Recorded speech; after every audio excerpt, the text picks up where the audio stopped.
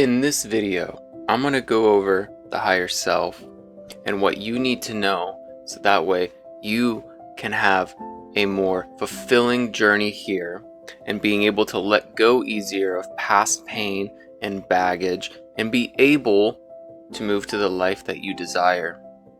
So, what is the higher self? Higher consciousness?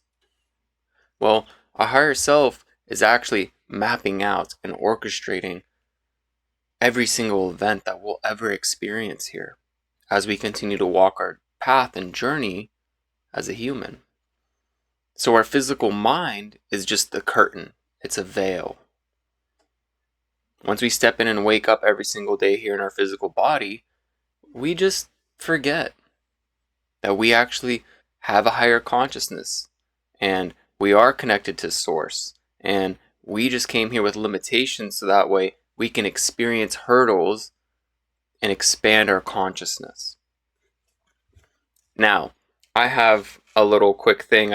This one I actually posted for TikTok, and join me with the coffee here, Betsy, your Divine Feminine Empowerment and Spiritual Awakening Coach, as I help you move from fear to freedom, from fog to clarity, from trauma to transcendence, while you fall completely in love with your life, because you'll be able to cultivate deep and meaningful relationships with others, romantic and non-romantic. And just like all good coaches, I'm gonna give you a shove so you can fall in love with yourself. So I did make a quick 1 minute higher self explanation video for TikTok. I'm just gonna share it here. I did draw this out so it can make sense, and then we'll go into more of the information. I get a lot of this info from the Bashar channelings, some of the Dolores Cannon understandings, and so forth, and my own downloads and realizations. So here we have the higher self, and you are constantly channeling your higher self. You're the sim. The only thing is you forgot because there's a veil of amnesia and the curtain got dropped. But before we get too ahead of ourselves, over here is we have, I feel a sneeze. Okay, never mind. So here is how this actually works. Your soul is split up to your higher mind and your physical mind. This can be your higher self. Now you are directly connected to source, and so is everybody else, having individual experiences. That's just consciously expanding for everyone, right? So you're never separated from source or the divine. You're just having an individual experience where you get to experience life anew. Now, the other thing is, when we get into the higher self, over here, this bad boy, you're constantly channeling your higher self at all times. You're essentially the sim. All you did was just forget. The veil of amnesia, curtain got dropped. Now, as you walk your very human, physical mind, body life, right? Because your body is the curtain.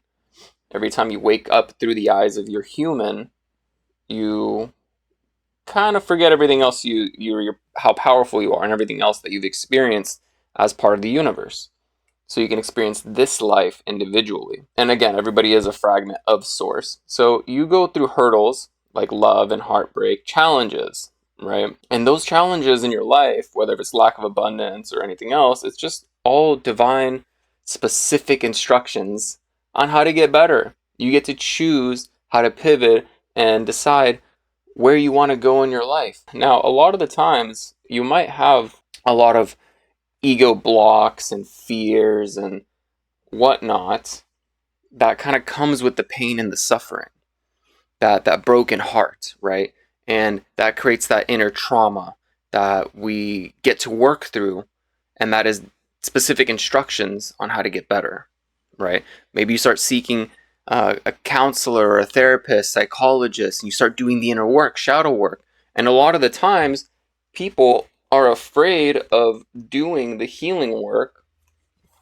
People are afraid of doing the healing work mainly because you might get burned again in the process. It hurts to look within on all those unprocessed emotions where we were hurt, right? So that stops people a lot of the times from going through the door that they actually want to go through to experience the life that they want, the love, the peace, the abundance, the life of your dreams. And the only way to walk through this door that your higher self is orchestrating all of these events is to do the inner work and heal. Because it is scary. It is scary to reflect and learn how to let go. Because a lot of times we want to hold on to things and we end up avoiding doing the work. That's the keys to our kingdom. Because of those old feelings that get brought up, and then you want to blame everybody else. However, the thing is, like blame everybody else that it happened to you, or that, you want to play a victim. So it's really, again, your higher self is right here orchestrating all the events. It's happening for you to experience, to grow, to learn unconditional love while you learn how to set your very conditional boundaries with people. So that way you can experience more love, more freedom, and you can go into deep, fulfilling, meaningful connection with people because you're willing to not avoid intention type conversations where you go in with an intention of how you're feeling and where you want the shift to occur, so that way you can have a healthier relationship with that person, right? And a lot of times we may avoid it. We may get into like narcissistic patterns of dating narcissists. Sometimes we may end up dating a narcissist to show us how to set boundaries and how to express ourselves. And part of that is if we don't learn how to do this, we just let people walk all over us, and we'll never be able to be in a relationship, because being in a relationship takes two to tango. And it's not just romantic, it's also non-romantic. It's about being vulnerable enough to express your feelings, and vulnerability comes with the ability that you may get hurt in the process when you open up this deeply to someone, right? And it's scary because you might get rejected. What if they don't care? Well, that's a good indicator that maybe, they shouldn't be in your life much longer, right? Time to find and make space for the new and the next person. However, if you went over the hurdle and you expressed vulnerability to someone, there it is. There's part of that journey that you're meant to experience. Let me fix my robe here. I haven't been feeling very good the last couple of days. I feel a little bit better today. However, getting over like this cold anyway. So my point is, once you start healing these areas, you can move on and make space for more healthier people, because being in relationship with someone means you're willing to make incremental adjustments to each other. And there are some times where there's certain boundaries that can't be crossed, or you're not asking someone to change. You're letting them know how you feel when they do this, and it's their option to grow and shift and become a better version of themselves if they want to continue to rendezvous with you on Earth. That's why when you set a boundary, sometimes you do have to reinforce it. Sometimes you do have to let that person know, hey, we actually had a conversation about this and you're doing that thing again. Do you remember that conversation? And bring it up to them in a gentle way, in a loving way. Oh yeah, I'm sorry. Hey, it's okay. I understand sometimes habits happen. I am giving you this reminder, and I am reinforcing my boundary. Right? There's no need to hide from it. Like, I am reinforcing my boundary. Could you please please stop? Cease and desist this action. Right? And if they do, great. And then normally I would reinforce something like twice. And then after that, it's like, hey, we've spoke about this quite a bit. I'm no longer comfortable with where we're at in our friendship. It doesn't seem like you're willing to make the actual shift in the adjustment to change. It's time for me to pull away. And sometimes the best thing you can do for somebody is to show them the consequences of their actions. And that means you physically removing yourself. Because sometimes it takes a really big breakup for someone to realize, I just lost the person that I love, and I couldn't shift because I didn't know how to heal this, and they were stuck in familiar, painful, trauma past patterns. Like, narcissistic people, by the way, they're not, like, they don't want to be narcissists. Like, they don't wake up every day thinking, oh, how can I manipulate someone to get what I want today? Like, they're actually deeply wounded humans themselves, and they're the ones avoiding the inner work. Because if they go into their shadow, because of all the bad things they've already done, they have to also see their own shadow, right? They'll think they're more broken than they are.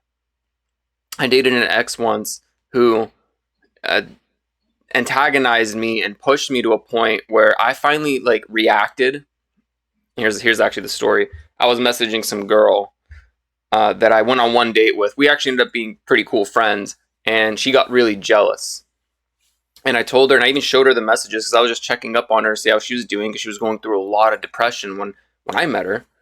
And she always like thought highly of me, and she was always grateful that I was there for her to like help her during that time because we didn't do anything. We cuddled like once, right? And I expressed this to my ex, right? And my ex just kept attacking it. She's like, "Why are you talking?" Or "Why are you talking?" I'm like, "Here's the messages. I'm just checking on her." She mentioned she was doing photography. I was just giving my gratitude and praise to her on this new journey. And just and my ex wanted me to like say I wanted her attention or do all these, like I wanted her or something. Right? That I was being sneaky and was being cheating because everybody's always cheated on her or like whatever. So I explained it to her, showed her the text. She kept running off, being really pissed off, and I kept trying to, and she kept asking me, "Why are we talking to her? Why are you?" It's like, I already told you 3 times. And then finally I snapped, right? I snapped and I said, "Because I wanted her attention." And I was joking, totally. And then she ran up on me, shoved me, punched me in the stomach, slapped me across the face. And, I didn't deserve that. That was my reaction.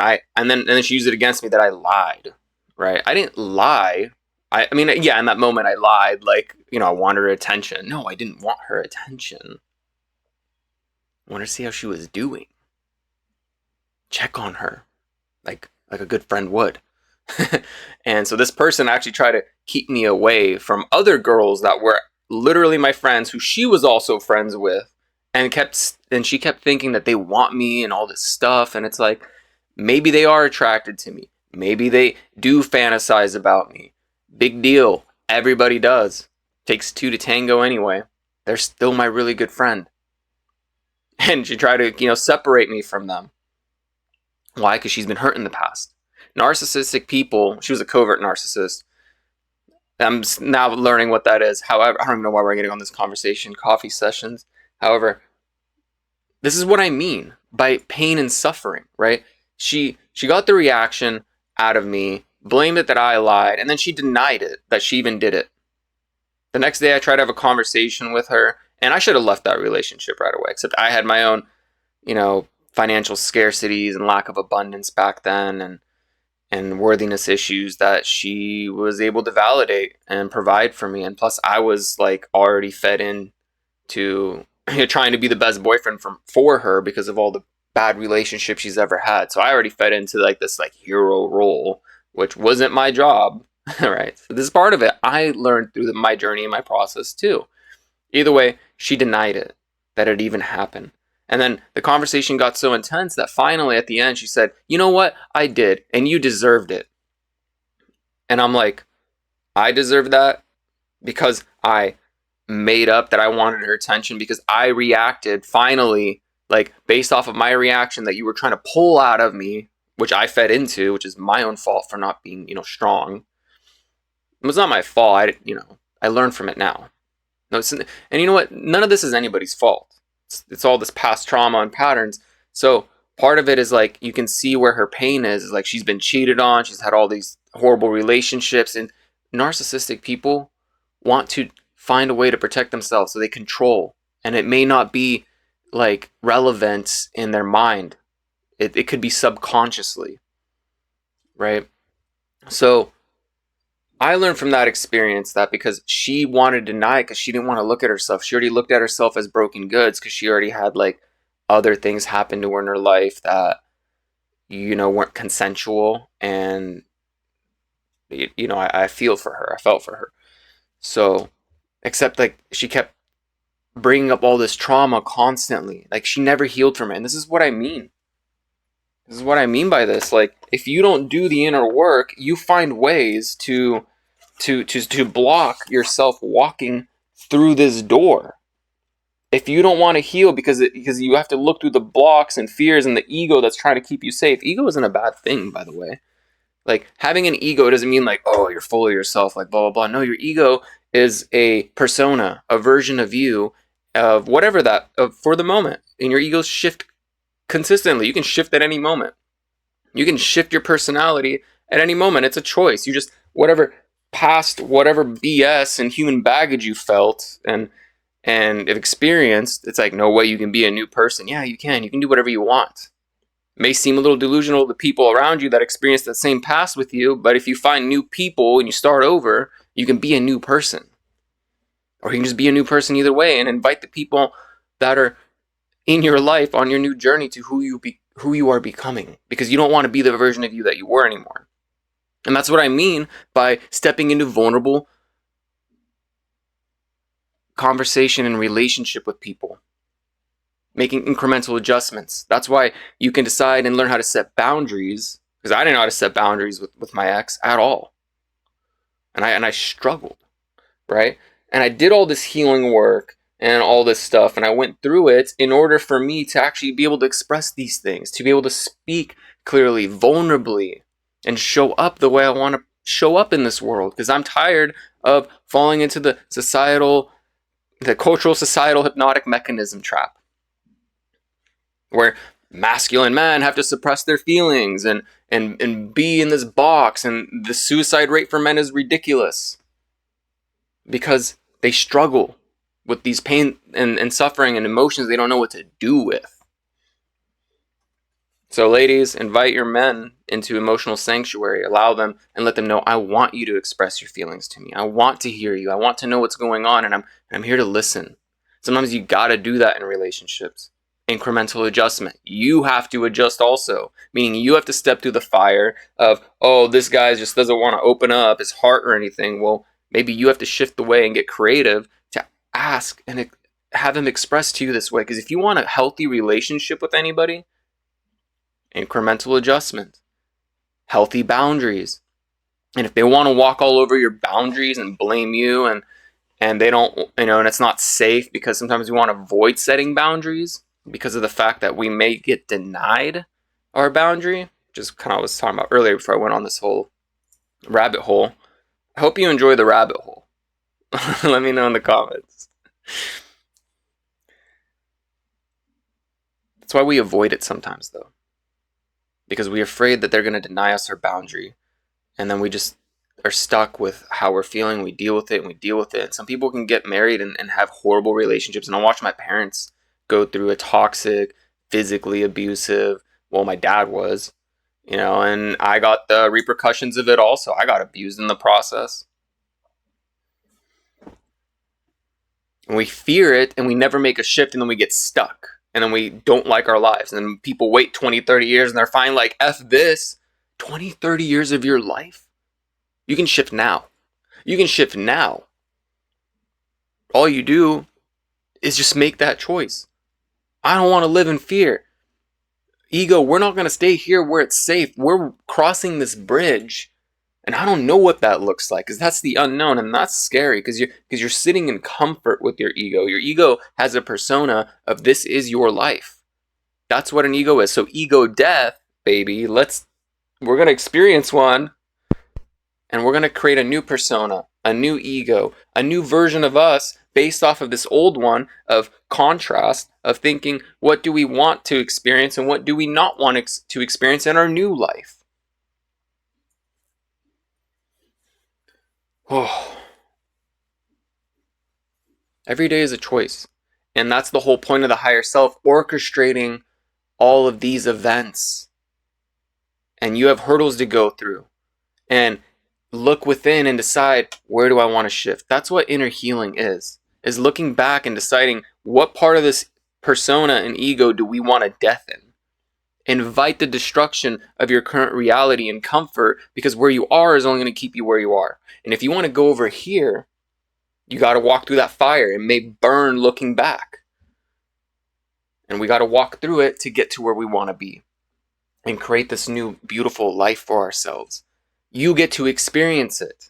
Your higher self is literally putting all the little hurdles and heartbreaks and good relationships and people that you're going to meet in your way, and you get to be in the present moment and experience it.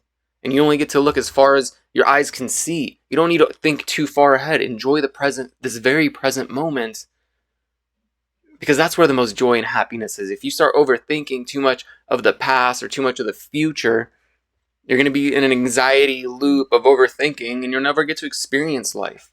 Because if you experience life in the very moment, and you decide from the very moment, then that's where the magic happens. That's when you can step into the unknown, and that's when you can really start to listen to the messages your higher self is sending you. You're channeling your higher self at all times. As soon as you wake up, right? You get to decide how do you want to deal with this orchestration and this event. And most of the time I've stepped into the reality of realizing I don't know what's in front of me. I don't know what this hurdle is.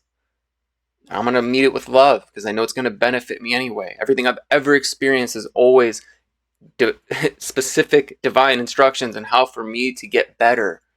Not to wish, oh, all this BS and trauma for my life to have been easier. Why can't it be easier? Because I spent so much time doing that and it kept me stuck like Chuck in the back of a pickup truck and not moving.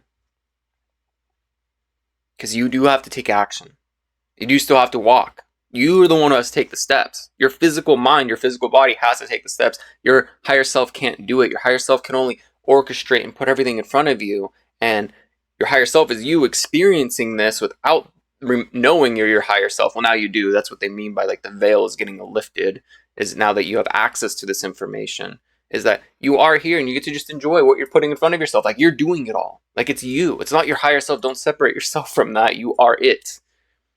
So that's why you get to be like, oh, halfway through my cup of coffee, what can I do? I have like 20 things, like I can make another coffee. This one's getting a little cold. Like you get to make decisions and choices consistently to the version of you that you've decided you want to be and want to go towards. Do I want to stay stuck, ego? Or do I want to move forward and create a new ego? You see, that's all you got to do. Keep moving forward, because everything you ever experience, again, is specific instructions how to get better, to choose what you want and what you don't want in your life. And it's contrast. And you're always going to have contrasting events, because having full, perfect peace in your world will stop you from expanding.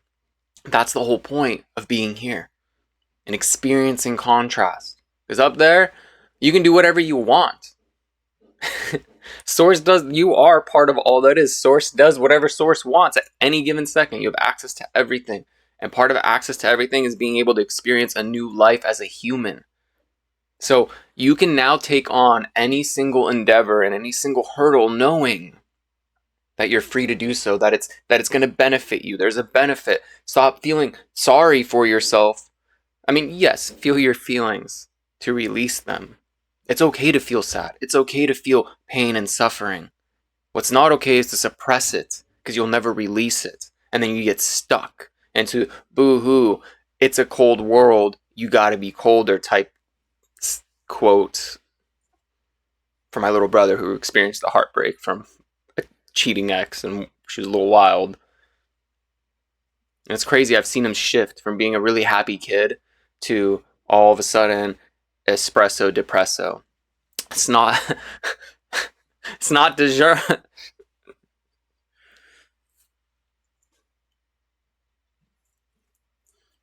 It's not delivery, it's depression. You know, like not deliver. It's not delivery, it's DiGiorno, except it's depression. So you can look at it either way. Is it you made the call and you got the delivery of the hurdle that you wanted to experience, and now you get the pizza, or you're going to get stuck in the depression of waiting for your pizza? And you're not waiting when you it's like watching paint dry on a wall, right? Anyway, man, we really do go flow session vibes out here. Getting a little wild. Did I miss anything? Let me know how you guys are feeling and if you're following me. Again, where everything you want is comes with the inner healing and stepping through the fire in your feelings again. And what my point was about narcissists is they're deeply wounded humans. They just know how to survive.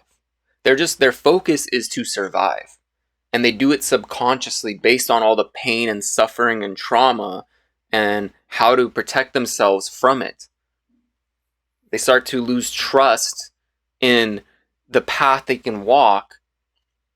So they try to control and manipulate their surroundings to feel safe, because they don't feel safe. And when they find someone that wants to be a hero in their life, they're going to latch onto it because they know they're going to be there and they can have, what's the word for it? You know, it's control. However, It's knowing, not the unknown. They can have consistency. They know the consistency of how this person's going to act, and they don't have to fear the unknown of spontaneous action. So it's not that they're bad people, it's that they're refusing to do the inner work. Because that same ex, guess what? She wanted us to get couples therapy. I was all for it. She wanted to get therapists on her own separately. I was all for it. I did. I got a psychologist. And then I scheduled her appointments, me being the house husband type, and doing all the cooking, cleaning, and all the stuff during that, 2020 time. Either way, she rescheduled her appointments like twice, and then eventually told me she didn't even want to see a therapist, even though she's complained about it multiple times. And then finally said, I don't want to see a therapist. I was saying that I want to be one. I want to study psychology. And it's like, how are you gaslighting and shifting your story? Right? And I fed in so much to her BS. All control to make me think I'm crazy. And then on top of that, she claimed that I was ADHD, OCD, all these all these freaking psychological things that my psychologist said I'm not. Right? And I started to believe it because she was older than me.